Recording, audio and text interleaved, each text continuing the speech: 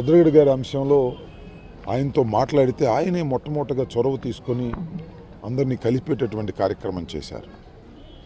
ఒక చలనచిత్ర పరిశ్రమకే కాదు, రాజకీయ రంగానికి కూడా ఒక పెద్ద దిక్కులాగా ఉన్నటువంటి వ్యక్తి.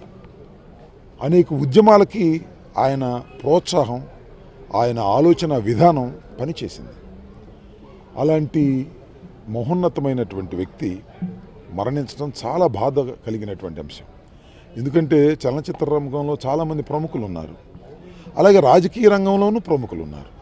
కానీ చలనచిత్ర రంగంలోనూ రాజకీయ రంగంలోనూ రెండింటిలోనూ ప్రముఖ పాత్ర వహించినటువంటి వ్యక్తి దాసరి నారాయణరావు గారు. అరుదైనటువంటి వ్యక్తి. అలాంటి వ్యక్తి మరణించటం నిజంగా కేవలం చలనచిత్ర రంగానికే కాదు, రాజకీయ రంగానికి కూడా తీవ్రమైనటువంటి నష్టం జరిగింది.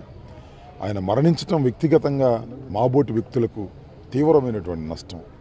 ఏదైనా ఒక సమస్య వచ్చినప్పుడు, ఒక జటిలమైన సమస్య వచ్చినప్పుడు ఆయన దగ్గరికి వస్తే కాసేపు కూర్చుని మాట్లాడి ఆయన సలహా తీసుకొని, దాసనారాయణరావు గారు ఇలా చెప్పారు, వీళ్ళు వెళితే బాగుంటుందని మేము అనుకునే 10 మందితో మాట్లాడుకునేటటువంటి ఒక మంచి వాతావరణం ఇవాళ లేదు అనే బాధ మా మనసుల్లో ఉన్నది. ఆయన మరణించటం ఆంధ్ర రాష్ట్ర ప్రజానీకానికే కాదు, రాజకీయానికే కాదు, భారత చలనచిత్ర రంగానికి కూడా తీవ్రమైనటువంటి లోటుగా మేము భావిస్తున్నాం.